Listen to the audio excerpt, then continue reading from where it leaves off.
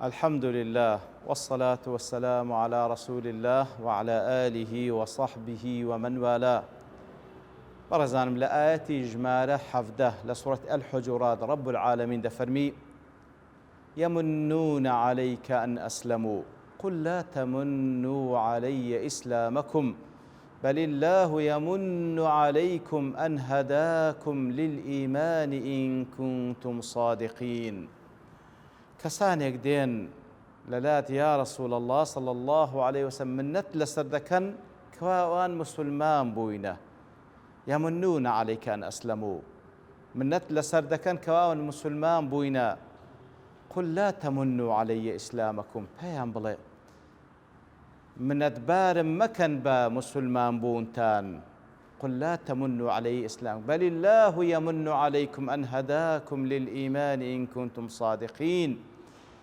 بەڵکو الله تعالى منەتتان لەسەر دەکا کە هیدایەتی داینە لە بۆ ئەو ئیمانە ئەگەر ئەنگۆ ڕاست دەکەن لە ئیدعای مسلمانێتی و ئیمانداریتان.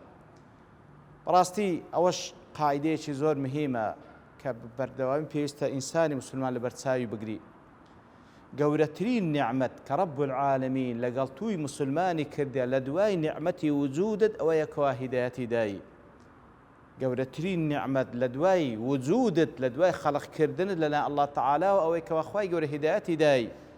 بل الله يمن عليكم أن هداكم للإيمان. کەواتە بەڕاستی الله تعالى پێویست بە ئێمە نیە، ئێمە پێویستمان بە الله تعالەیە، ئێمە پێویستمان بە الله تعالەیە. لەبەرەوەی هەر تاعەتێک بکەین وەکو رب العالمین لە قورئانی پیرۆز و پێغەمبەرەکەی صلى الله عليه وسلم لە سنەتی صحیح باسی کردیە، هەر تاعەتێک بکەین رب العالمین پێی چاکە لە بۆ ئێمە، لە بۆ ئێمە پێی چاکە، نەک لە بۆ خۆی پێویستی پێ هەبی. و هەر گوناه و تاوانێک بکەین لەبەر ئێمە پێی ناخۆشە، نەک زەرەر بەوی بگا. ئەگەر هەموو خەڵکی لەسەر ڕووی زەوی کۆ ببنەوە، هەموو بەنی ئادەم یاخود ئینس و جین وەکو لە حەدیثەکەی پێغەمبەردا صلی الله علیه وسلم کۆ ببنەوە، هەر هەمووی تاعەت بکەن، هیچ شتێک لە موچی خوای گەورە زیاد ناکە، هەر هەمووشی کۆ ببنەوە، هەمووی مەعسیەت بکەن، هیچ شتێک لە موچی خوای گەورە کەم ناکە. کەواتە خوای گەورە سبحانه وتعالى کاتێکەوە بانگمان دەکە لە بۆ ئیمان لە بۆ ئێمەیتی کە هیدایەتماندا بە نەفعی ئێمە تەواو دەبی، و کاتێکەوە ڕێگریمان لێ دەکات لە کوفر و لە خراپەکاری لە بۆ قازانجی ئێمەیتی و لە بەرەو کوفر و خراپەکار بە زەریری ئێمە تەواو دەبی. ئیتر ئەوە قاعیدەیە وەکو حەقیقەتێکە پێویستە بە بەردەوامی لە بەرچاوی بگرین.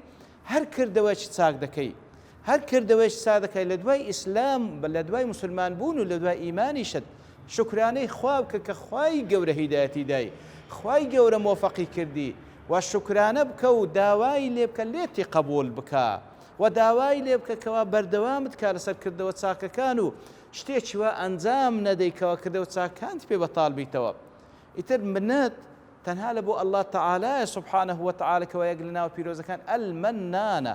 ئەلمەنان وەکو ئیبن تەیمیە ڕەحمەتی خوای دەفەرمی ئەلمەنانی خوای گەورە لەوەیدا سبحانه وتعالى کەوا پێش ئەوەی پرسیار بکەی پێت دەبەخشی.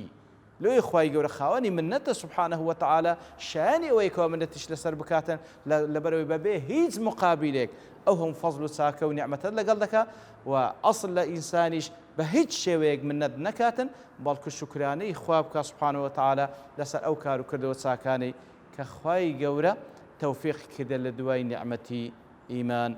وصلى الله وسلم على نبينا محمد وعلى آله وصحبه أجمعين، وآخر دعوانا أن الحمد لله رب العالمين.